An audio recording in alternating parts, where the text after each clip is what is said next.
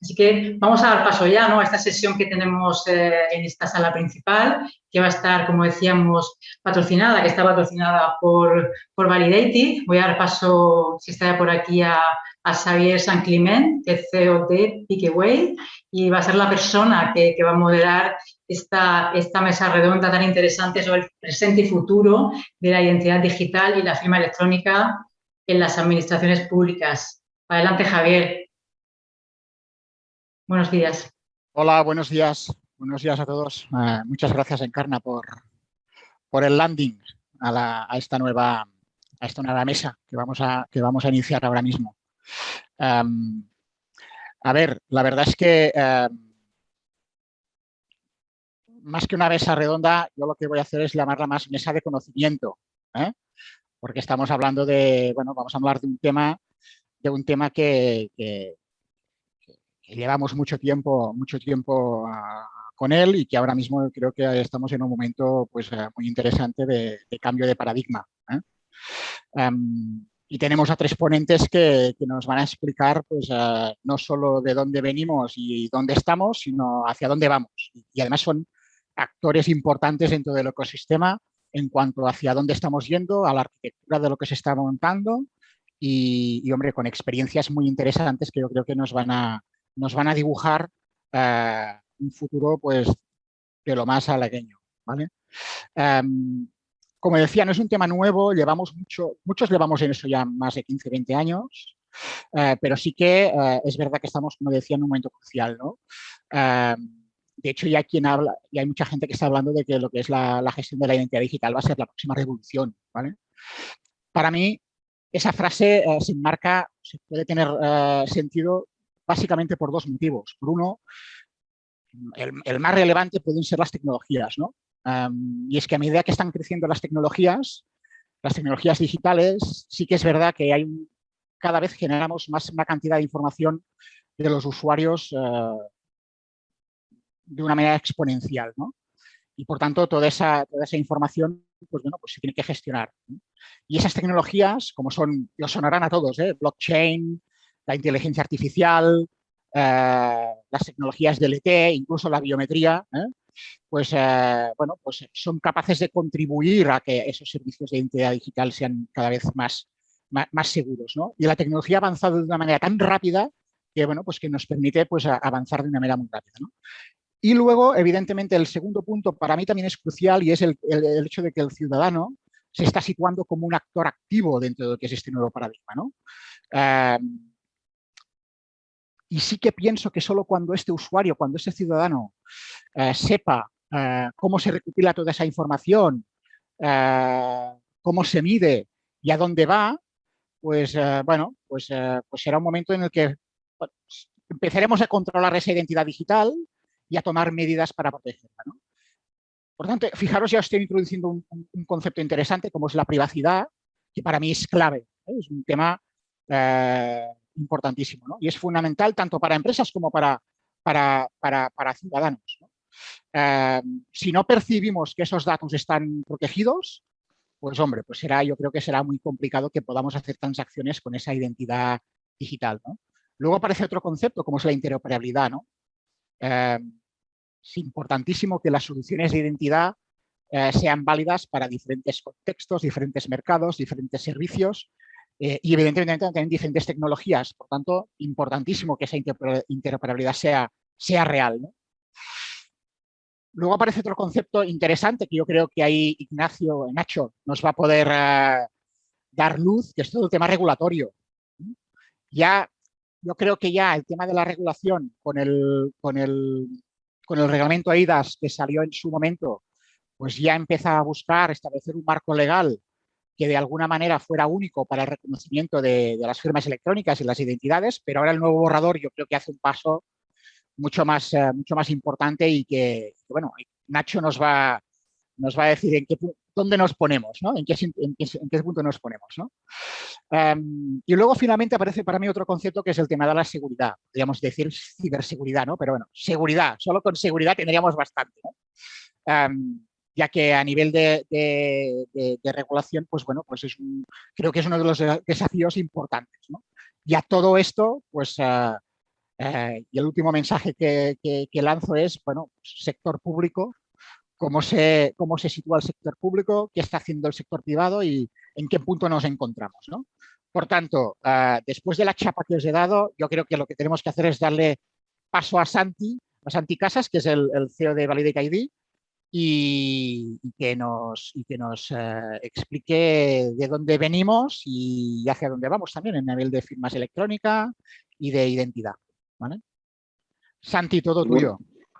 Muchas gracias, Xavi, y muchas gracias al Congreso por permitirnos poner en marcha esta mesa, y muchas gracias a Nacho y a Miquel también por aceptar participar en la mesa, porque seguramente este es uno de los temas recurrentes que siempre tenemos en todos los eventos, especialmente vinculados a administración electrónica.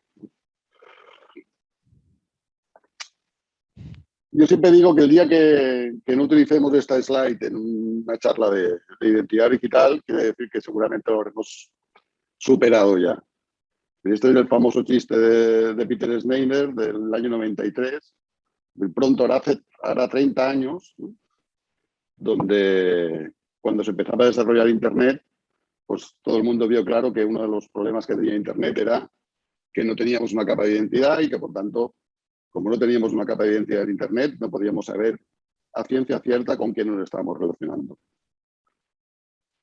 Pasados los años, la realidad es esta otra. Es que empezamos a saber con quién nos relacionamos, pero empezamos a saber con quién nos relacionamos básicamente con tecnologías de redes sociales que sin duda han tenido un gran impulso y que realmente nos han ayudado mucho. Es decir, esto no es superficial, esto tiene mucha profundidad. De hecho, pues LinkedIn como red social, cualquiera de nosotros la usa diariamente para trabajo y para relacionarse con mucha gente, pero tanto LinkedIn como Twitter, como cualquiera de las redes, son redes que de alguna forma nos identifican y de alguna forma nos permiten hacer muchas cosas en el mundo digital. Pero la realidad es que en general no son identidades en las cuales podamos confiar lo suficiente pues para hacer trámites que requieran un nivel de seguridad jurídico alto. Dejadme hacer un repaso rápido por la historia. Es decir, del 93, nos pasamos al 99. Aquí nació nuestro Real Decreto famoso y la directiva inmediatamente después europea. Era un modelo de identidad digital segura, pensada especialmente para el sector público, basada en certificados digitales que todos conocemos bien. Aquí, en su momento, pues la FNBT y la Agencia Tributaria tuvieron un papel fundamental en el desarrollo de este modelo. Un modelo muy basado en certificados digitales, que se acabó de consolidar pocos años después, con la transposición de la directiva, con la Ley 59, y donde nació como concepto el DNI electrónico. Un DNI electrónico donde ya llevaba certificados digitales y donde considerábamos, en aquel momento muchos, que iba a ser la herramienta base para el desarrollo de no solo la administración electrónica, sino otro tipo de servicios que nos permitirían identificarnos adecuadamente bien con el DNI electrónico. La realidad no os lo voy a explicar, es decir, el uso en general de estos mecanismos de certificación digital es un uso razonable, pero no mayoritario, es decir, no es mainstream el tema. En el año 2007, que ya aparece la Ley 11, donde viendo seguramente el regulador que los mecanismos de certificación digital cubrían un espacio, pero no lo cubrían todo, esta Ley 11 ya empezó a hablar de otros sistemas de firma electrónica. Cierto que es que durante muchos años hemos confundido las dos cosas, la firma electrónica y la identidad digital, que están relacionadas pero no son lo mismo. Y esto seguramente es uno de los pasos buenos que se han ido haciendo en el futuro. Es decir, de hecho, la firma electrónica no deja de ser un caso de uso de la identidad digital. La identidad digital permite hacer más cosas, ¿no? Es decir, la firma electrónica no es la identidad digital, pero la identidad digital permite la firma electrónica. Ese año, además, se aprobó una ley, la famosa Ley de Impulso de Medidas de la Sociedad de la Información, la Ley 56, que hacía un paso muy, muy importante, que es que sacaba del sector público el tema de la identidad digital de la firma electrónica y obligaba teóricamente, digo teóricamente porque la realidad es que no se ha desplegado realmente, a los sectores estratégicos del ámbito privado a hacer uso de estos sistemas. Y teóricamente la banca, seguros y muchos otros actores tenían que hacer uso de estos mismos sistemas, y eso podría haber provocado un uso intensivo de estos mecanismos, que no nos engañemos, el sector público en general es un sector que se relaciona poco con el ciudadano. El ciudadano se relaciona con el sector privado. En el día a día se relaciona con el sector privado. Y por tanto, si buscamos tracción, necesitamos que el sector privado forme parte de todo esto.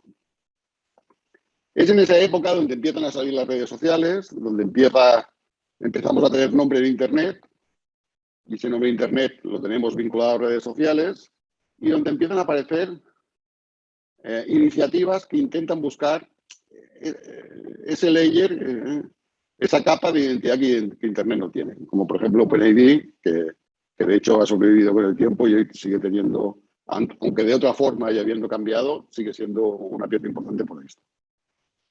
Como decía, esto de las redes sociales ha sido muy importante. De hecho, en el desarrollo del mundo digital ha sido muy, muy, muy importante. Pero tiene claros problemas que todos conocemos, especialmente temas vinculados a la privacidad, ¿no? Entonces, es un modelo que ha permitido ser mainstream, pero que no nos sirve para todo. Ya en aquella época se publica el paper de Satoshi Nakamoto, de Bitcoin, y esto veremos que ha tenido impacto en el futuro. Y ahora un poco de branding, en aquella época nacimos nosotros. Que nacimos nosotros tampoco es casualidad. Es decir, nosotros, cuando fundamos Validated ID precisamente porque veníamos de este sector, conocíamos y habíamos participado en muchas iniciativas y sabíamos lo que no había funcionado. Y de hecho, pusimos en marcha Validated ID con la intención de prestar servicios de identidad digital y de firma electrónica que pudieran desplegarse masivamente, es decir, que pudiera usarlo tanto el sector público como el sector privado, y aprovechando, digamos, lo que habíamos aprendido en años anteriores. 2014 se publica eIDAS, que se pone en marcha más adelante. Es un cambio sustancial desde el punto de vista que ya eIDAS, respecto a la directiva, ya separa bien el tema de la identidad digital, intenta tener un modelo común de identidad digital en Europa, que también hemos visto que no hemos sido capaces de desplegar, pero que ya había esa voluntad. Y aparecen iniciativas como Clave, que ya basan la identidad digital en mecanismos diferentes de los certificados digitales y que han tenido un uso bastante intensivo en el sector público. 2015, leyes 39 y 40, que todos conocemos suficientemente. Los siguientes años nos dedicamos a desplegar estas cosas. Y en 2019, y luego Nacho supongo que también explicará un poco más, la Comisión Europea pone en marcha un proyecto, que es un proyecto al final de I+D, en el cual nosotros participamos, que es un proyecto de dotar de una infraestructura pública de DLT, de blockchain, para el sector público europeo inicialmente, y sobre eso poner en marcha un sistema de identidad digital autosoberana, que luego tenemos un poco más, y que ahí los Estados miembros y los que participamos en la iniciativa nos sirve para aprender cuáles deben ser los mecanismos de identidad digital del futuro. Y acabamos en el 2021, donde se publica el draft de la eIDAS 2, que incorpora este concepto de nueva identidad basado en un wallet y en credenciales. Y un ejemplo, aunque no es un modelo exacto desde el punto de vista de paradigma, que es el certificado COVID a nivel europeo, a raíz de la pandemia, que es un modelo parecido a lo que serán los modelos que vienen. Eso desde el punto de vista de la historia. ¿Dónde estamos hoy? Pues si pensamos en dónde estamos hoy desde el punto de vista de firma electrónica, evidentemente seguimos teniendo las firmas basadas en certificados digitales, que tienen un uso intensivo en el sector público, especialmente en la parte de los empleados públicos, y se ha demostrado que funciona muy bien para los empleados públicos, sobre todo para aquellos cuando tienen los usuarios controlados, y que hay una clara tendencia a partir de la aprobación de la eIDAS anterior a centralizar los certificados de la forma que los podamos hacer más usables y los podamos usar desde cualquier dispositivo. Pero más allá de las firmas basadas en certificados,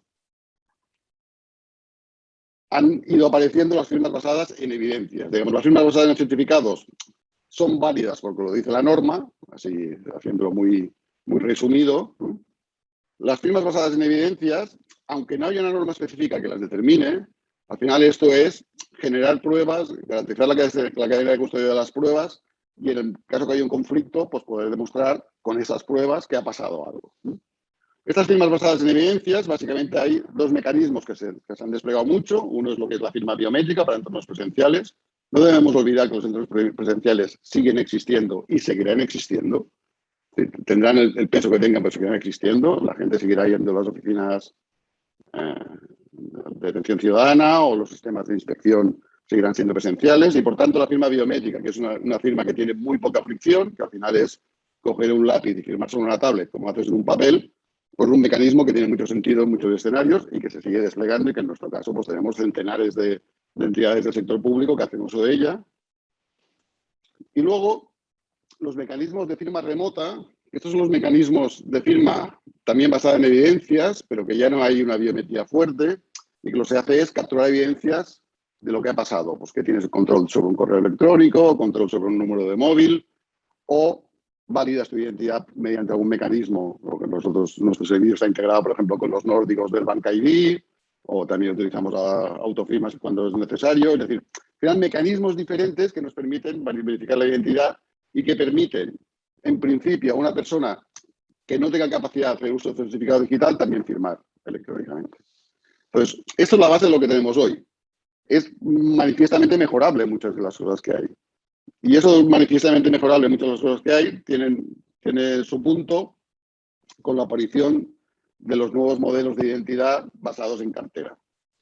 Que esta es la foto que siempre me gusta presentar, que al final esto es muy sencillo. Esto es lo que hemos hecho en el sector no digital, es decir, en el mundo no digital siempre. Es decir, nosotros hemos tenido una cartera donde en nuestra cartera guardábamos nuestras credenciales, nuestro DNI, nuestro carnet de conducir, nuestro carnet de la universidad, nuestras credenciales en nuestra cartera, y eso lo llevamos al mundo digital y tenemos una cartera digital, un wallet, en el cual tendremos nuestras credenciales. Y este es el modelo de cartera con credenciales de emisores y de receptores, es el modelo que viene ahora. Es un modelo en el cual pasamos en que la identidad es algo que gestionan las entidades, es algo en que la identidad la gestiona el propio usuario. Es user-centric, es decir, es centrada en el usuario y, por tanto, el usuario tiene control sobre la identidad pensada como un ecosistema de datos, donde esos datos no solo es su identidad oficial, sino es todo un conjunto de datos que lo identifican a él.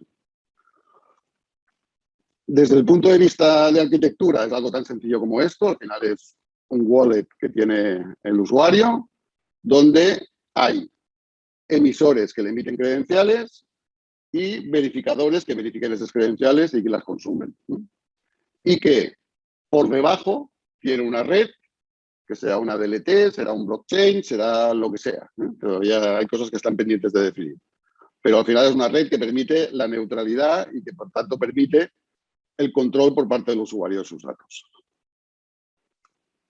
Y esta nueva idea, y con esto acabo, no solo tiene el peso de la Comisión de la Unión Europea, que Nacho nos profundizará en esto, tanto en el proyecto EPSI-ESIF como en la revisión de Ley DAS 2, sino que hay muchos actores a nivel mundial que están trabajando fuerte para intentar que esto sea un modelo universal de identidades. Es decir, que estas identidades que trabajaremos y que estamos trabajando ya en nuestros wallets y en nuestros sistemas de identidad digital y de credenciales, sea un sistema que sea universal y que nos permita trabajar tanto en el sector público como en el sector privado worldwide. Y hasta aquí. Genial. En tiempo. Pues seguramente no en tiempo, pero bueno, lo he intentado. Queda bien decirlo, o sea que así no nos hacemos daño. Nacho, es tu turno. Ya lo ves. ¿Qué nos aporta el nuevo modelo EIDAS, el nuevo borrador y sobre todo a nivel de identidades, etcétera? Es una de las preguntas. Bueno, antes de opinar, me vais a dejar que os dé las gracias por la invitación, a vosotros, a Novagop Es siempre un honor. Como siempre, lo único malo es no poder hacerlo presencialmente, pero vaya, en algún momento esto también quedará resuelto. Yo voy a continuar donde lo ha dejado Santi, precisamente para dar una visión un poquito más regulatoria, porque realmente todos los sistemas de identidad que van apareciendo, que va generando la tecnología, en este caso no he traído ninguna presentación. Realmente a nivel de slides podríamos incluso reutilizar las que ya utilizó Santi. Pero porque lo que quiero hacer es explicar un poco esta visión de qué está pasando a nivel regulatorio. Realmente hay una cosa que ha explicado Santi que es muy interesante, que es que hay una conexión directa entre la aparición de la emergencia de nuevas tecnologías y la transformación, pues digamos, del negocio, en este caso del negocio público, ¿no? De relación entre ciudadano y la administración y la propia actuación de la administración por medios electrónicos y la regulación. ¿Qué quiero decir con esto? Bueno, pues que efectivamente van apareciendo, a medida que vienen oleadas tecnológicas, van apareciendo nuevas tecnologías, nuevas formas de hacer lo mismo. Y son formas pues, que vienen a corregir muchas veces disfunciones y problemas que teníamos en las viejas formas. Por ejemplo, hoy en día tenemos en la Unión Europea, y creo que podemos estar orgullosos, una regulación que es un modelo mundial, porque es un modelo mundial. Hay gente que le parecerá un buen modelo y gente que pensará que es un mal modelo, pero no se cuestiona que es una región del mundo que tiene un modelo concreto de identificación electrónica y un modelo concreto de prueba electrónica. La segunda parte es la que tiene que ver con la firma electrónica, tiene que ver con el sello de tiempo electrónico, tiene que ver con la entrega electrónica certificada, que son como piezas de un juego del Lego que nos permite hacer procesos de todo tipo, en el sector público y en el sector privado, donde tenemos garantías jurídicas, incluso tenemos fehaciencia. Lo cual es un tema que en este foro no es baladí, porque la Administración Pública Española, todas ellas, están utilizando sistemas de notificación electrónica que no tiene fehaciencia. No estoy diciendo que no tenga presunción, que la tiene. Si la administración demuestra que le ha enviado a Nacho Alamillo, lo cual significa saber quién es electrónicamente Nacho Alamillo, una comunicación y que Nacho pueda acceder y descargársela, insisto, si la administración lo demuestra, de acuerdo con la ley, y así lo reconoce la jurisprudencia del Tribunal Supremo, existe una presunción de conocimiento del acto, que técnicamente es una ficción legal. No es una presunción, jurídicamente hablando, es una ficción. Eso existe, pero claro, es que la carga de la prueba es de la administración pública. Entonces, si la administración pública tiene que demostrar que Nacho es Nacho, tiene un reto. Si tiene que demostrar que Nacho ha recibido un documento, tiene también un reto. Y para eso hemos creado el reglamento eIDAS, en este caso el reglamento eIDAS 1, que nos da una serie de servicios de confianza que han sido privatizados, porque realmente son de prestación pública o de prestación privada indistintamente, y que tiene asociada fehaciencia legal. Por lo tanto, si hoy en día una administración quiere tener una prueba fehaciente de que Nacho Alamillo ha accedido, sabe que puede utilizar el certificado de firma electrónica de Nacho Alamillo. Si quiere tener una prueba fehaciente de que Nacho Alamillo ha podido recibir una comunicación, de que se le ha puesto a disposición y eventualmente la ha recogido, cosa que ahora mismo pues, no tiene, si lo quiere hacer fehacientemente, puede adoptar el servicio de confianza de entrega electrónica certificada cualificada. Entonces, esa visión de como una especie de juego del Lego para hacer procesos basado en servicios de confianza es muy potente. Pero hay que recordar siempre de que hay una clara separación, una separación muy neta, muy definida entre lo que son los servicios de confianza y lo que es la identificación electrónica. El régimen jurídico es diferente. En el reglamento eIDAS hay dos partes y esas dos partes en parte se van a mantener. Una parte habla de identificación electrónica y es algo en lo que el reglamento, digamos que entra solo a efectos de interoperabilidad. El reglamento no le puede decir a los Estados miembros qué sistemas de identificación legal le tienen que dar a los ciudadanos, simple y llanamente porque es una competencia exclusiva de los Estados miembros y, por tanto, no procede que la Comisión le diga a los Estados miembros cómo tienen que identificar a sus nacionales. ¿Vale? Entonces, aquí hay un régimen jurídico muy cercano al derecho público, ¿no? Se visualiza la identidad digital en sentido fuerte, la de Nacho es Nacho, como una función pública. Y, por tanto, solo tienen valor a efectos de identificación directamente los mecanismos que los estados entregan. Y esto es el reglamento eIDAS 1. ¿Qué pasa? Bueno, que el uso de la firma electrónica se puede también utilizar efectos de identidad. Por ejemplo, el artículo 9 de la Ley 39 de 2015 hizo una cosa maravillosa. Dijo, los certificados de firma electrónica, que no son medios de identificación, también valen para identificar. Y eso es muy bueno para las administraciones públicas, porque de esta forma tienen a su alcance un sistema muy rico de proveedores privados, en este caso, que dan servicios de confianza, no de identificación, pero que sirven para identificarse. Y con esto hemos construido el procedimiento administrativo electrónico. Y esto está bien, a veces no le sacamos provecho. Yo quiero recordar una vez más que desde la perspectiva de la identidad empresarial, el sello electrónico se puede utilizar en lugar de la identidad del representante, lo cual arregla muchos problemas de representación, tanto para identificarse como para firmar. Pero es lo que tenemos. ¿Qué es lo que viene? Lo que viene es un poco lo que ha explicado Santi. Lo que viene es un mundo en el cual la tecnología ha avanzado Y entonces nos hemos dado cuenta de que esos medios de identificación que tenemos, como el DNI electrónico, por ejemplo, o incluso un certificado electrónico que tú utilizas para identificarte, cuando son avalados por los estados, tienen ciertos límites técnicos. Por ejemplo, la Comisión Europea habla de estos sistemas como sistemas rígidos tecnológicamente hablando. ¿Por qué? Porque cuando yo tengo que identificarme con mi DNI electrónico, te doy todos los datos. Entonces, igual tú me estás pidiendo que me identifique solo porque quieres saber que soy mayor de edad, que es el ejemplo clásico que siempre ponemos, y para eso tienes que verificar con un documento oficial cuál es mi fecha de nacimiento, pero claro, de camino aprendes cuál es mi nombre, cuál es mi apellido y una información que quizás desde la perspectiva de la protección de datos de carácter personal es irrelevante. Y por tanto, tenemos una tensión entre la rigidez de los sistemas de identificación electrónica, por una parte, y la necesidad que tenemos hoy en día de cumplir el Reglamento General de Protección de Datos, de ser más proporcionales en las exigencias de información identificativa. Y esto va a lanzar un problema que se resuelve gracias a la tecnología. De hecho, la tecnología que Santi ha explicado muy rápidamente de tener una cartera de identidad digital donde esté la información de mi DNI electrónico, ¿vale? O de mi certificado electrónico, ¿vale? Va a ser un enfoque que va a permitir que con esa cartera yo pueda compartir la información relevante. Por ejemplo, yo podría compartir que soy mayor de edad, generando una prueba informática de ello que hace que no tenga que enseñarte todo mi DNI electrónico. Es como si pudiera enseñarte mi DNI electrónico, pero con todos los datos tachados menos el de la fecha de nacimiento, y tú pudieras verificar que eso es auténtico. Claro, esto es una evolución muy potente de la visión de identidad digital en sentido de identificación, de Nacho es Nacho o la empresa es la empresa. Por tanto, aquí tenemos una primera innovación muy grande. Esto se regula en el reglamento eIDAS como con un concepto llamado la Cartera Europea de Identidad Digital, un servicio de provisión obligatoria por los estados de la Unión Europea, si se aprueba el reglamento eIDAS 2. El reglamento eIDAS 2 se ha presentado el 3 de junio. Está disponible, pues, evidentemente, para que cualquiera pueda descargarse el borrador, está la evaluación de impacto, están los documentos accesorios de los servicios de la Comisión y, por tanto, se puede entender muy bien de qué va. Pero el resumen rápido es, igual que ahora tenemos una cartera digital donde podemos descargar nuestras credenciales, vamos a tener una cartera de identidad más segura, provista por el Estado, como una función pública que luego puede organizar como quiera, incluso dándole entrada al sector privado, de forma que podamos acreditar nuestra identidad. Primera parte. Segunda parte.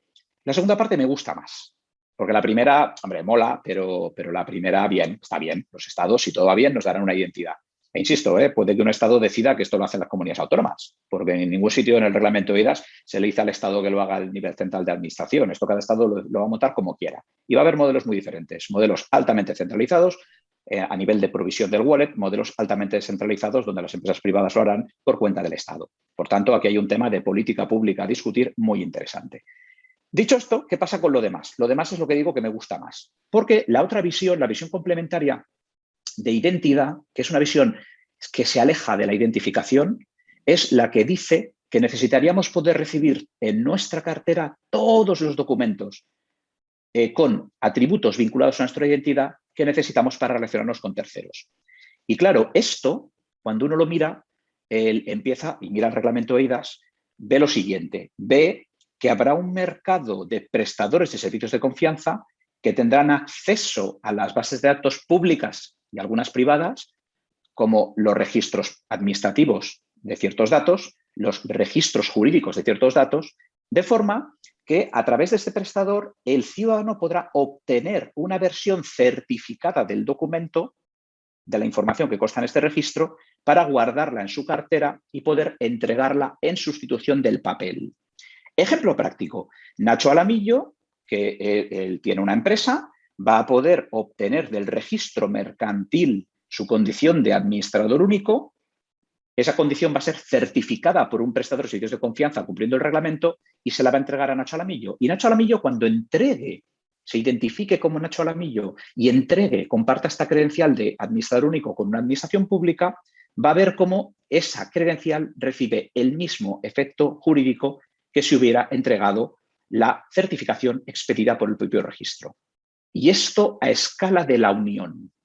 ¿Qué significa? Que tenemos una orientación muy potente de apertura de datos actualmente registrados en bases de datos auténticas, gestionadas típicamente por el sector público, para su entrega a los ciudadanos con un efecto jurídico de certificación de la información. Esto es muy potente y viene a arreglar muchos problemas. Y, por cierto, se cubre las carencias que tiene actualmente el artículo 28 de la Ley 39/2015 y, por lo tanto, en términos de transformación digital de la administración, constituye un mecanismo alternativo, ¿vale?, y complementario de lo que estamos haciendo ahora para que el ciudadano sea quien nos pueda entregar versiones electrónicas con valor de autenticidad de cualquier dato que sea accesible en cualquier registro de los incluidos en el reglamento eIDAS. Ahí me remito al anexo 6, que es el que dice cuáles son los datos mínimos e incluye los datos que esencialmente necesita un ciudadano para hacer negocios en sus relaciones con las administraciones públicas y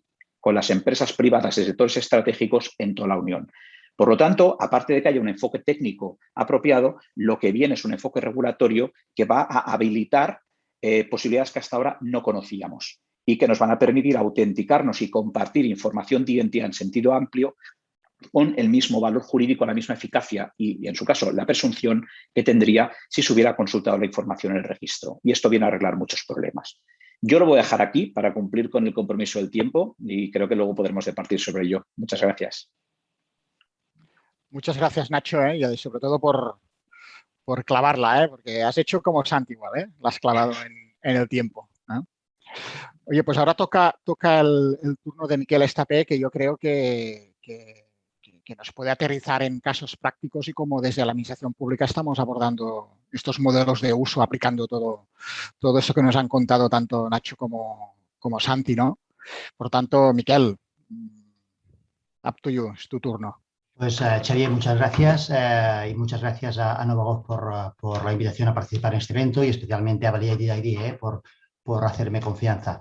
Pues bueno, mi nombre es Miquel Estapé, trabajo en la Administración Abierta de Cataluña, soy el subdirector en temas de estrategia e innovación y estoy impulsando pues diferentes iniciativas en este ámbito, en el ámbito que se trata en esta mesa, ¿no? En todo caso, mi aportación es más una visión de negocio totalmente complementaria a la que han hecho pues tanto Santi y Nacho, que son dos grandes referentes que tenemos en el Estado en estos temas, ¿no? Y quisiera hacer una pequeña introducción sobre temas de la identidad digital, de esta perspectiva de negocio, de los problemas actuales y las lecciones aprendidas en todos estos años, qué hacemos concretamente en la Administración Abierta de Cataluña y qué expectativas tenemos de futuro, ¿no? Entonces, comenzando por la introducción, me gustaría recalcar, yo creo que Santi lo ha explicado muy bien, pero que la identidad digital no es una cuestión de tecnología, es una cuestión de derechos digitales, pero que no se queda únicamente en derechos digitales, va mucho más allá y durante la pandemia lo hemos visto de una forma muy clara. Se trata de derechos a secas o de derechos sociales, si queremos hablar.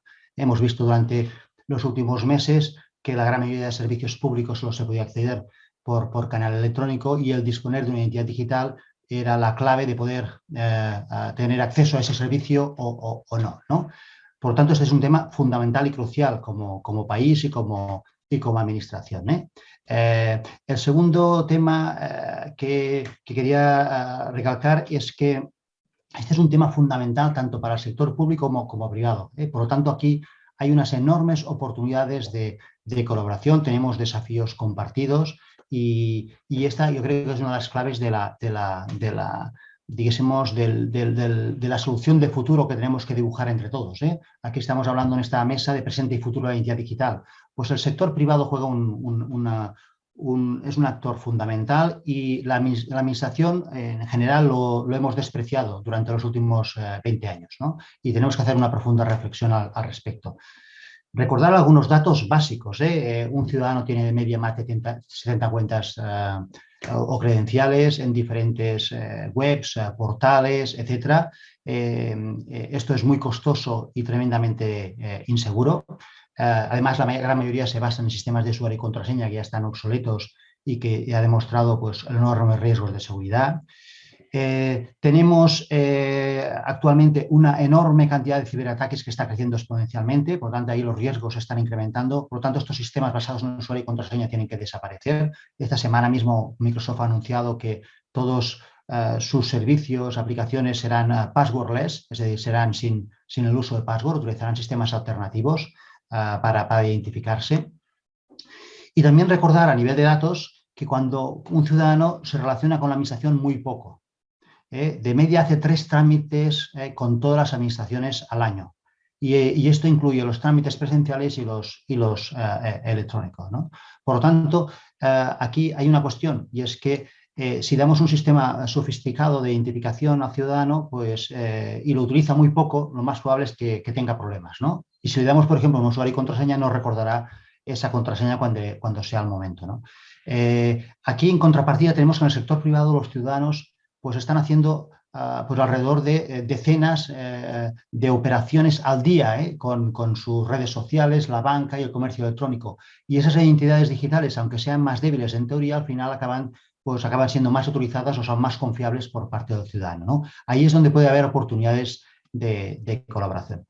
Algunos datos más también como punto de partida. En una de las ayudas sociales que dimos en Cataluña a más de 100.000 ciudadanos que están en una situación social muy complicada, el 15% no pudo obtener una identidad digital para hacer ese trámite, que era un trámite, dijésemos, de urgencia, básico. Por lo tanto, ahí tenemos, dificultades, temas que no hemos resuelto suficientemente bien. No es suficientemente fácil todo lo que estamos haciendo hasta ahora. Y también hablando de identificación, tenemos que nuestros datos nos muestran que los ciudadanos cuando inician un trámite, más del 50% no lo acaban. Y la gran mayoría de ellos, cuando hacemos encuestas, nos dicen que la identificación ha sido una de las barreras por las cuales no ha acabado el trámite. Bueno, con todo esto, pues tenemos unos grandes retos, ¿no? Y tenemos unas experiencias previas que también me gustaría mencionar previamente. El DNI electrónico, que antes mencionaba muy bien Santi, con 44 millones de ciudadanos que lo tienen, pues ha sido un gran fracaso. Tenemos que ser muy sinceros, no se utiliza nada o casi nada, es muy poco usable. El modelo español con clave ha sido un éxito en el ámbito de la administración, aunque tiene una usabilidad mediana, pero no ha sido un modelo que haya fomentado la federación con otras entidades probadas, como las que hemos impulsado desde el País Vasco, desde Cataluña, y además no incluye el sector privado ni está reconocido en Europa, ¿no? Y tenemos el EIDAS 1.0, que también es muy conocido, que no ha sido otro caso de fracaso, y seguramente una de las razones es por las cuales ha sido un impulso únicamente desde el sector público. En todo caso, lo que tenemos es una enorme oportunidad con un nuevo reglamento de EIDAS, que yo creo que ha aprendido de alguna de estas lecciones y hace un planteamiento pues, mucho más atrevido, ¿no? Sí que tenemos algunas experiencias de éxito a nivel internacional, ya sea europeo o en algunos países pequeños como Estonia, Suecia, etcétera, como a nivel asiático como Singapur y Corea. Y ahí la clave, cuando se analizan, son normalmente países pequeños con liderazgos muy fuertes, con una visión, estrategia de todos los temas digitales también muy clara, pero sobre todo que han colaborado con diferentes modelos entre el sector público y el sector privado a la hora de ofrecer servicios de identificación digital. Es decir, que la identidad digital que proveen a sus ciudadanos se puede utilizar de forma indistinta para los servicios públicos y los servicios privados. Y ahí yo creo que ahí está la clave que tenemos que impulsar con esta nueva iniciativa europea. ¿Qué hacemos concretamente desde la Administración Abierta de Cataluña? Pues comentamos rápidamente algunos de los principios que utilizamos y cómo los aplicamos a nivel práctico. Me voy a enfocar, porque hay diferentes perfiles de usuarios, de ciudadanos, me voy a enfocar en estos momentos únicamente en lo que nosotros llamamos el ciudadano de a pie. Nos gusta representarlo como ese perfil de ciudadano que es un ciudadano tipo Homer Simpson, ¿no? Recordando la serie de los Simpson, que es una persona que no tiene ningún tipo de interés por la administración, ¿no? Y que tiene pocas capacidades digitales. No tenemos que desarrollar servicios pensando en la hija, en la Lisa Simpson, que es la inteligente, ¿no? Entonces, los principios son que tiene que ser muy, muy, muy fácil de utilizar estos sistemas de identidad digital. La usabilidad es fundamental y ahí los sistemas de doble factor en el móvil son estratégicos y todas las firmas basadas en evidencias, biometría y remota, como antes explicaba Santis, pues nos lo facilitan muchísimo, ¿no? Segundo principio, tienen que ser seguros.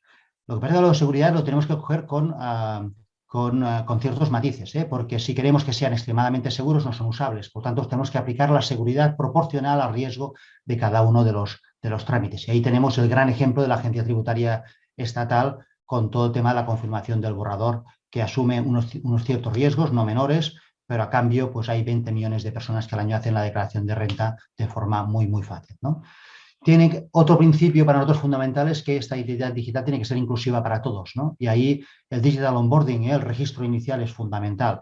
En nuestro caso hemos apostado, aparte de una red de oficinas, estamos apostando por la tecnología de la videoidentificación para ofrecer un sistema de identificación de doble factor en el móvil, que llamamos IDCAT móvil, que nos permite a día de hoy ofrecer esa identidad digital a cualquier ciudadano del mundo que tenga un documento oficial, un pasaporte o un DNI. A cualquier ciudadano del mundo desde su casa. Y esto es un elemento clave, ¿no? Y para ir acabando este bloque de principios, tiene que generar confianza. En nuestro caso, la confianza la queremos generar mediante ofreciendo servicios muy transparentes al ciudadano. Tenemos un servicio que llamamos Mi Espacio, MyGov, que permite al ciudadano ver todas sus interacciones con la administración y qué sistemas de identificación digital han hecho.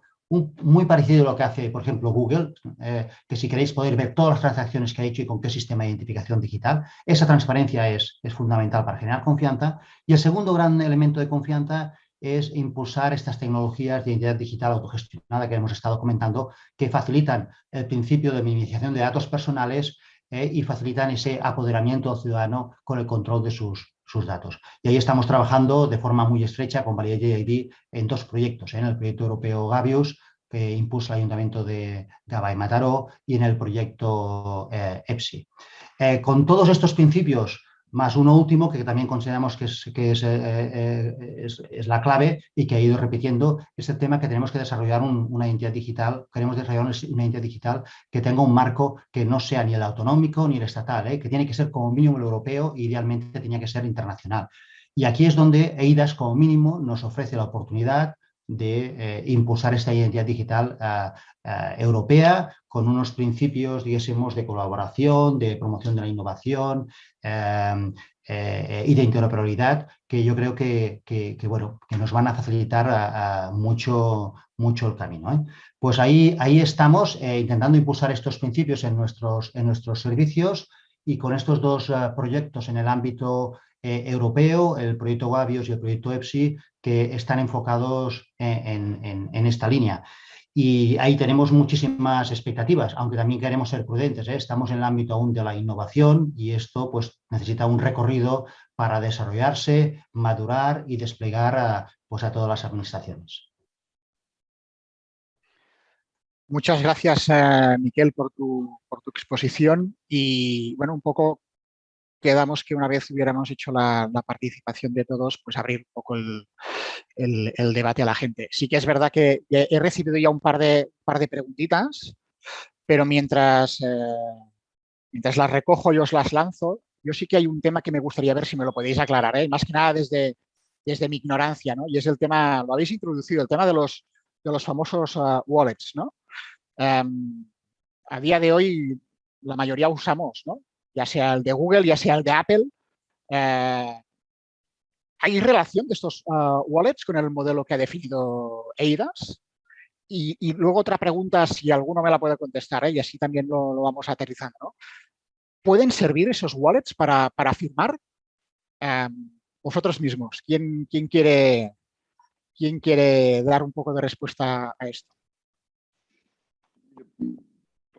Por romper el hielo, doy mi opinión, pero es una visión muy concreta. Yo creo que si nos vamos al modelo más abstracto, hay relación evidente entre esos wallets. Es decir, entre el modelo, yo tengo un iPhone, yo tengo el wallet de iPhone, donde tengo mis tarjetas de crédito que me permiten pagar, pero donde tengo también pues, mis boarding pass para subir al avión o para coger el tren o para ir al hotel, ¿no?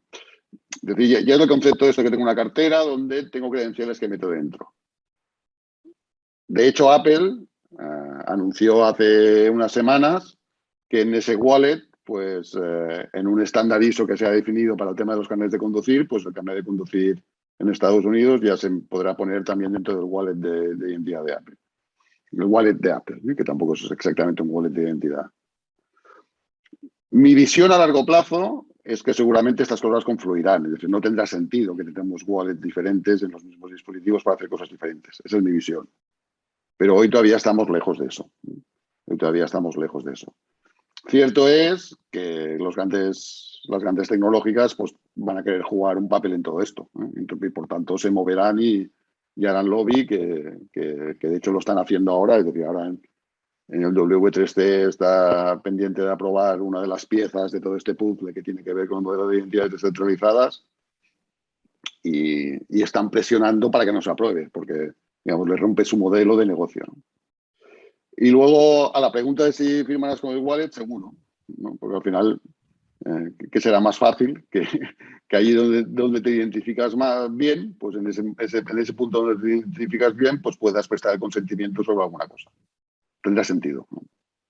Yo, si me permitís, por complementar un poco, a ver, el reglamento de IDAS intenta ser neutral tecnológicamente, ¿vale? Lo cual significa que realmente cuando habla de un wallet habla de un enfoque técnico que se puede hacer en varios lugares. Por ejemplo, se puede imaginar un wallet que esté en el móvil y es, digamos, un poco el foco principal, pero también se puede imaginar un wallet en nube, ¿vale? Esta es una primera consideración. Cuando va en móvil, es verdad que la experiencia de usuario se pretende que sea la misma que cuando usas el wallet de Apple, por ejemplo. Esa es la idea. O sea, si lo miramos bien hoy en día, las dos funcionalidades que da el wallet, la aplicación típica de un wallet provista por una de estas plataformas, ¿vale? Que tiene también su enjundia en la directiva de mercados digitales, porque son gatekeepers, en fin, que tiene su propia discusión. Tienes unas capacidades de autenticación razonables, porque eres capaz de iniciar un pago, lo cual significa que tienes capacidades de autenticación multifactorial, que es una de las propiedades requeridas, pero también tienes la capacidad de compartir credenciales. ¿Qué es lo que falta? ¿Qué es lo que hace falta para que una tecnología como esta pueda convertirse en el wallet europeo? Pues cumplir el resto de propiedades que se han descrito en la propuesta del reglamento. Esencialmente, incorporar un procedimiento de enrolamiento de usuarios que sea de nivel alto, lo cual se puede hacer requiere tener acceso a ciertas capacidades criptográficas del dispositivo, lo cual es uno de esos debates que siempre tenemos, pero requiere también pues, que puedas utilizar tu DNI electrónico o un sistema de videoconferencia, que determinados de ellos podrían valer, para que el emisor de la cartera, que es alguien que es quien decida cada estado, él pueda garantizar tu identidad con nivel alto, porque la parte de autenticación buena ya la tenemos. Entonces, esa parte es relativamente fácil, ¿no? Es como una evolución natural y eso, bueno, además pones una buena identificación garantizada por el Estado. E insisto que cuando digo Estado podría ser el nivel central, el nivel autonómico, incluso empresas privadas pues, reconocidas por el Estado, porque no hay ninguna objeción a ello. Cada Estado decide lo que quiera. ¿Qué más necesitas? Lo otro que necesitas es que la credencial, como ahora es el billete de tren que te bajas, ¿vale? Puedas entregarla con garantía de que tú eres de que tú eres el legítimo poseedor de la credencial. Ahora mismo una credencial de estas de COVID-19 o de billete de tren, tú simplemente la bajas y la envías a quien quieras. Entonces, cuando alguien te muestra una credencial desde una cartera, tú no sabes si es el legítimo titular de esa credencial. Entonces, esa es la otra pieza que falta. En el wallet, lo que tenemos también que poner en el wallet europeo es un procedimiento de autenticación que permita luego saber que quien me está enseñando una credencial es la persona a quien le emitieron la credencial, ¿vale? Entonces, eso se puede hacer mediante diversos enfoques tecnológicos. Efectivamente, Apple en algunos países, en Estados Unidos, que han tenido que desplegar esto por la Real ID Act, y en algunos países de la Unión Europea que apuestan por el modelo de Mobile Driver's License, pues se puede hacer con esta tecnología. Pero en los foros de normalización se está trabajando en una norma internacional específica para wallets móviles. Yo digo esto porque, como sabéis algunos, yo soy el coordinador del Grupo de Trabajo 1 del Comité Técnico Conjunto CENCENLEC JTC 19, que tiene el encargo de hacer el estándar europeo, si se aprueba, claro, de identidad digital descentralizada. Y, de hecho, estamos ultimando la definición del ítem de trabajo para someterlo a votación entre los Estados miembros y hemos identificado esto exactamente. Qué cosas hay que poner, qué cosas ya tenemos, qué estándares de base como el de las carteras que ya existen o el de la firma electrónica que existe necesitaríamos utilizar y estamos identificando las interfaces. ¿Por qué explico esto? Bueno, porque efectivamente, como decía Miquel muy correctamente, todo esto tiene un cierto carácter experimental. Hay ciertas tecnologías pues, más maduras para hacer esto y otras que están menos maduras. Muchos de nosotros creemos que el uso de ciertas funcionalidades de las blockchains puede ser apropiado, aunque quizás otros pueden generar problemas de protección de datos. De hecho, estamos discutiendo de estas cuestiones en la Oficina de Gobernanza y Asuntos Legales de EPSI, a la que pertenezco, para poder poner EPSI en funcionamiento antes de final de año y, por tanto, es un tema en el que todavía no hay un modelo de referencia bien establecido. Es posible que la respuesta venga dada no tanto por lo que hagamos en normalización técnica, que requiere mucho tiempo, sino por la toolbox que ha recomendado formar la Comisión Europea cuando ha publicado el borrador de eIDAS 2, donde le recomienda a los Estados miembros, y me consta que han tenido la primera reunión, que en un plazo inferior a un año establezcan las especificaciones técnicas para hacer realidad el wallet. Obviamente, eso va a ser muy influyente, pero también es cierto que si los Estados apuestan por ello, y a reserva de los pequeños desastres que ocurrirán, como acaban de sufrir los alemanes con el wallet que han tenido que retirar, pues estoy seguro que yo soy optimista, creo que en un año podemos tener algo que funcione bastante bien. Y comentario final, precisamente porque en identidad digital descentralizada podemos necesitar funcionalidades de blockchain, quiero recordar que en el eIDAS 2 hemos logrado colocar una propuesta de regulación de blockchain que permitiría pues, su uso en condiciones de confianza en toda la Unión Europea, con lo cual, bueno, pues es un escenario que puede ser que puede que en un plazo de tiempo corto sea una realidad pues que de forma más fácil, ¿no?, de lo que parece y con menos fricción, porque nos vendrá por una aplicación en el móvil que nos entregará el Estado en el nivel que sea y que efectivamente se va a parecer sorprendentemente a lo que ya tenemos, con lo cual la transición puede ser fácil. Muy bien. Tengo una preguntita que creo que es muy, bueno, es muy facilita y creo que es para Santi, ¿eh? Hablabas de sistemas alternativos a las contraseñas y dice a ver si puedes profundizar un poquito más. Era Miquel el que hablaba de los sistemas alternativos. Pues Miquel, pues disculpa. Yo lo comento, sí. En todo caso, déjame añadir un comentario a la pregunta anterior. El wallet es un tema estratégico, es una herramienta estratégica, de visión de este negocio. El wallet en el móvil, en el teléfono móvil, además. Entiendo que puede haber otras opciones. ¿Por qué? Pues porque el teléfono móvil, lo que sabemos ya todos, que es un elemento muy personal. Es un elemento que le hemos dado ya mucha seguridad porque lo utilizamos mucho para muchas otras tareas. Es un elemento en el cual confiamos, es algo también muy importante. Nosotros hacemos talleres de vez en cuando con ciudadanos. La realidad crua es que los ciudadanos desconfían mucho del uso de los datos que hacemos la administración. Y eso no tiene sentido, porque después dentro de la administración tenemos todo el tema de delegados de protección de datos, aplicamos un montón de medidas e informes, somos muy restrictivos con el uso que hacemos, pero la realidad es que eso no llega a los ciudadanos, ¿no? Y uno tiene un momento, el móvil o el wallet en el móvil es un elemento de inclusión. Hoy en día no podemos garantizar, lo hemos visto durante la pandemia, que todos los ciudadanos son capaces de hacer un trámite electrónico desde un ordenador, porque no tienen ordenador.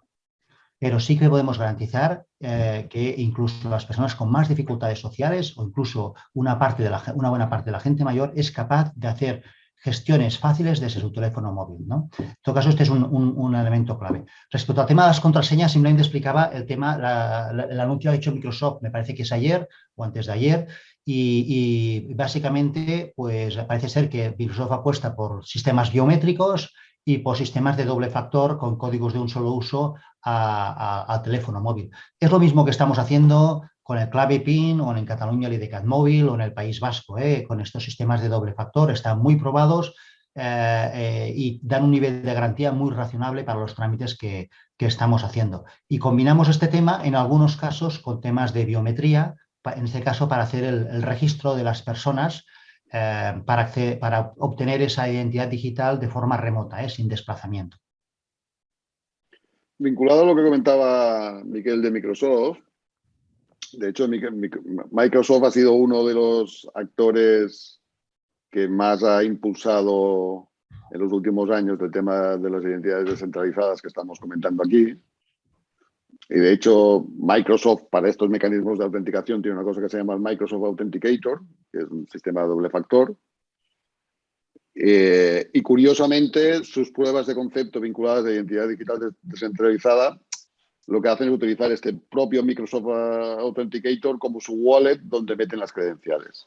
Entonces, esto tecnológicamente, es lo que comentaba, esto va a ir evolucionando en los próximos años y habrá una cierta convergencia y acabaremos teniendo pues, un modelo común en todos ellos. Yo no estoy del todo de acuerdo, tanto con Nacho como con Miquel, del punto de maduración que tiene toda esta tecnología. Es decir, es cierto que todavía le falta camino por recorrer, es cierto que le falta camino por recorrer desde el punto de vista normativo, tenemos leídas en draft, se tendrá que aprobar. Hay cosas que tienen que tener camino por que recorrer, pero en muchos casos esta tecnología es equivalente a tecnologías que hoy en día ya se están usando y que son tecnologías que no están orientadas a este modelo común, ¿no? Yo si ahora tuviera que montar un negocio nuevo que tuviera que identificar a usuarios, yo no montaría un sistema clásico de identificación de usuarios. Yo ya montaría un sistema lo más parecido a esto porque es lo que vendrá. Correcto. Es decir, Y en este sentido, siendo lo que dice Santi, tenemos algunos ámbitos de gestión de servicios, por ejemplo, en el ámbito social, que tenemos graves problemas y que las tecnologías de identidad digital autogestionada nos van a ayudar mucho porque en nuestro país pues el intercambio de datos entre el sector público y privado está muy restringido y por lo tanto, por ejemplo, para obtener el bono social de una empresa de energía o de una empresa de agua tienes que acreditar documentos del sector público que ahora a día de hoy se han de presentar en papel. Entonces estamos hablando de centenares de miles de peticiones que están haciendo actualmente en este sentido y que pueden tener muy impacto. Pero nos está pasando al revés, que la administración para otorgar ayudas sociales y económicas pedimos a los ciudadanos que acrediten un certificado de titularidad de cuenta bancaria que emite el banco también en papel y no tenemos la capacidad de interoperar electrónicamente. Entonces, creo que gestionando las expectativas es Santi, pero tenemos unas grandes oportunidades a corto plazo en algunos casos de uso de mostrar el valor de tanto el proyecto europeo como de la identidad digital autogestionada en general y aportar valor a la sociedad, a los ciudadanos. Muy bien. Pero Nacho. seguramente lo que comentas, es decir, al final la gran diferencia ahora es que esto o incluimos en los proyectos, tanto el sector público como el sector privado, que es cuando tiene especialmente valor este tipo de tecnologías, o si acaba siendo una tecnología que solo hace uso el sector público, tendrá el mismo riesgo de las que hemos utilizado antes. Es decir, el problema, como has comentado, el sector público hace poco, es decir, el ciudadano se relaciona poco con el sector público.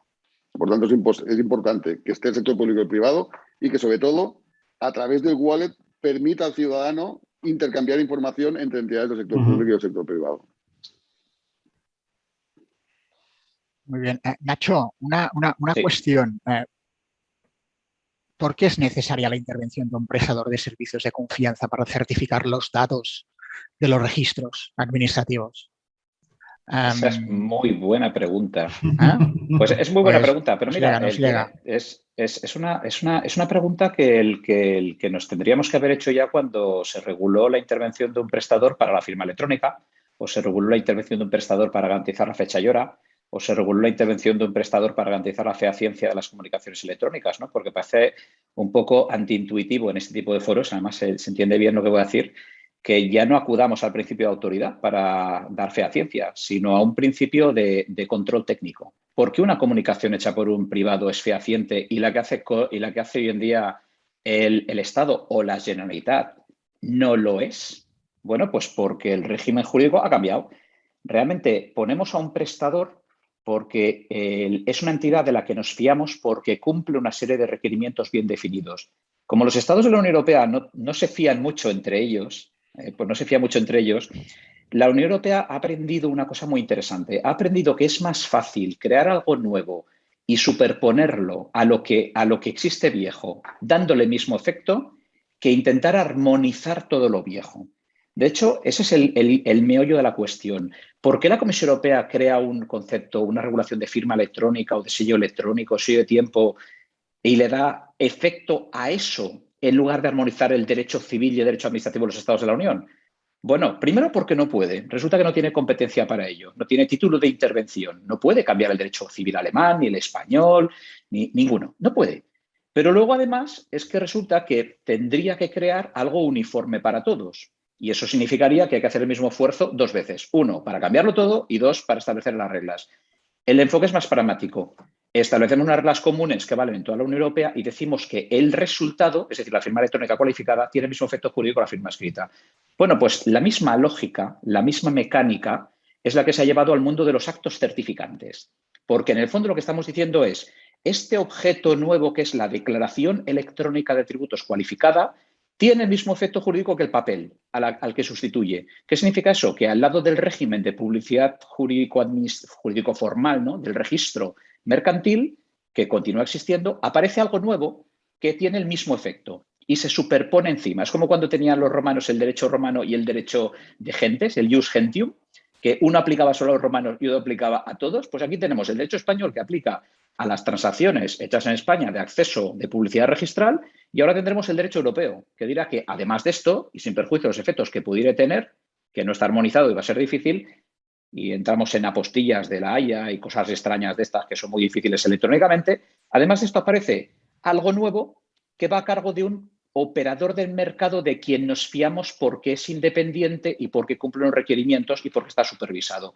Pues bueno, bienvenidos a la gran estrategia de comercialización bajo control del propio ciudadano de los datos administrativos, que mola muchísimo porque corrige lo que no arregla el artículo 28, como muy correctamente ha dicho Miquel, o el equivalente del reglamento de la pasarela única digital de la Unión, que basta ver los estadísticos del IMI para ver que ha sido un fracaso monumental. O sea que yo animo a todo el mundo a cogerse proyectos, a subirse a proyectos pues como el de diplomas académicos, por cierto, coliderado por la Universidad Rovira i Virgili en el proyecto europeo, por Lluís Ariño, lo cual es motivo de orgullo, al menos para mí, y a aprender cómo puede funcionar porque es una oportunidad magnífica.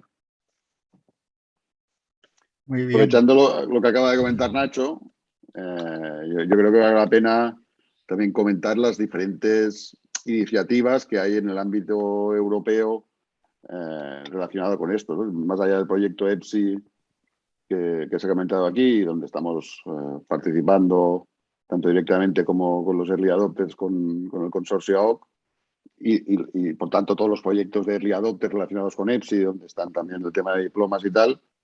Es muy interesante, pues, uno, lo que está haciendo Alemania. Es decir, Alemania, y como bien decía Nacho, han tenido un fracaso que sirve para aprender, como de todo. Es decir, al final, cuando innovas, una de las cosas más importantes de innovar es aprender de los errores. Pero más allá de eso, es decir, Alemania ha apretado fuerte para crear una industria. Apretar fuerte significa que directamente desde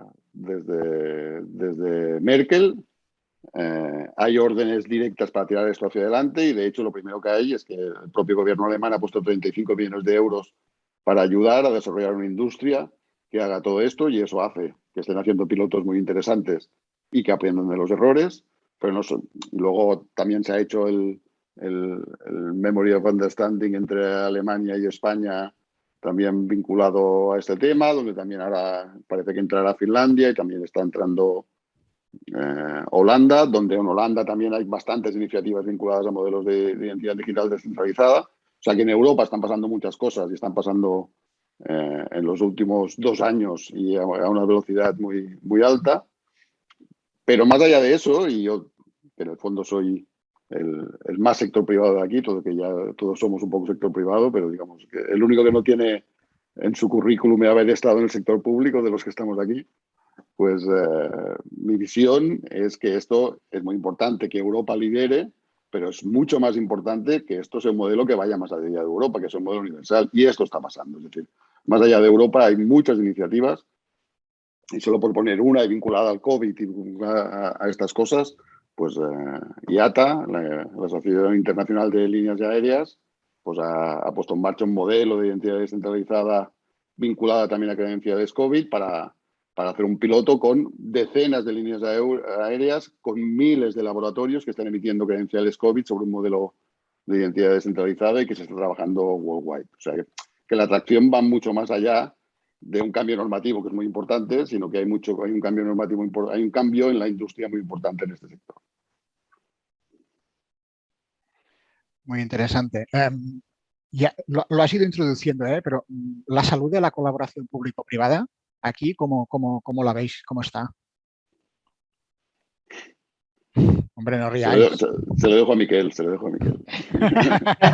Gracias, Santi, por el regalo. Es que el marco legal no nos lo pone nada fácil. Y por eso ahí, bueno, Nacho lo conoce mucho mejor que nadie. Yo creo que el reglamento eIDAS 2.0 pues nos va a abrir puertas que ahora mismo la regulación estatal no nos lo permite. Estaríamos encantados de colaborar mucho más con el sector privado porque tenemos muchas cosas a aportar, y a facilitar la vida. Yo cuando veo las dificultades que tiene el sector privado para hacer un buen registro de los ciudadanos, poder verificar su dirección, por ejemplo, donde viven, donde residen, etcétera, cuando esos datos los tenemos en el sector público y podríamos con los mecanismos adecuados, pues interoperarlos, ¿no? con el permiso explícito del ciudadano, pues ahí tenemos muchas cosas a aprender. No sé, Nacho, ¿soy un poco iluso o el eIDAS 2.0 nos va a abrir oportunidades de colaboración? Esto es lo del rebote, ¿no? Que se envía Sí.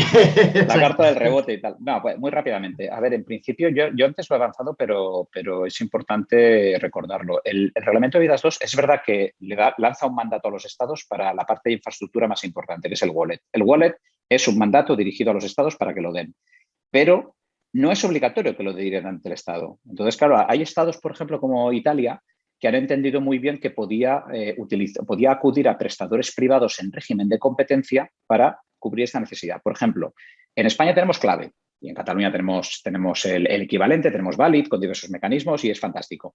Pero en Italia lo que tiene es un montón de prestadores privados, ¿vale? Que todos actúan por cuenta del Estado y se dedican a competir. Entonces, el ciudadano recibe gratuitamente el sistema de firma electrónica y los operadores privados son remunerados por la prestación de su servicio, indirectamente también por poder comercializar el sector privado. ¿Qué significa eso? Que tiene un modelo de provisión de identidad autofinanciado porque el sistema es gratuito para el ciudadano, pero es de pago por parte del que se beneficia de la identificación. Este régimen está previsto en el reglamento de eIDAS 2. Nada impediría, por ejemplo, que en España el Estado dijera, oiga, pues vamos a dejar que entidades públicas y privadas compitiendo entre ellas sean los emisores del wallet. En vez de que el emisor del wallet sea, no sé, la Policía Nacional, que podría ser, ¿vale? Que podría tener un cierto sentido viendo el histórico en España y la lógica de cómo es el modelo de identificación y la Ley Orgánica de Seguridad Ciudadana y el Real Decreto Ley 14/2019, ¿no? Magnífico, el que te prohíbe que usemos la blockchain. Cuando uno mira esto dice, bueno, podría ser la policía, perfecto, ningún problema. Pero es verdad, podrían ser empresas privadas. Y esas empresas privadas igual podrían darlo gratis a ciudadano porque hay un mandato legal en el reglamento de eIDAS 2 para que el uso de la cartera sea gratis para ciudadano y que luego se ganen la vida comercializando y compitiendo entre ellas para que los bancos, las entidades privadas de ciertos sectores, que son los que precisan la identificación, realmente sostengan económicamente el sistema.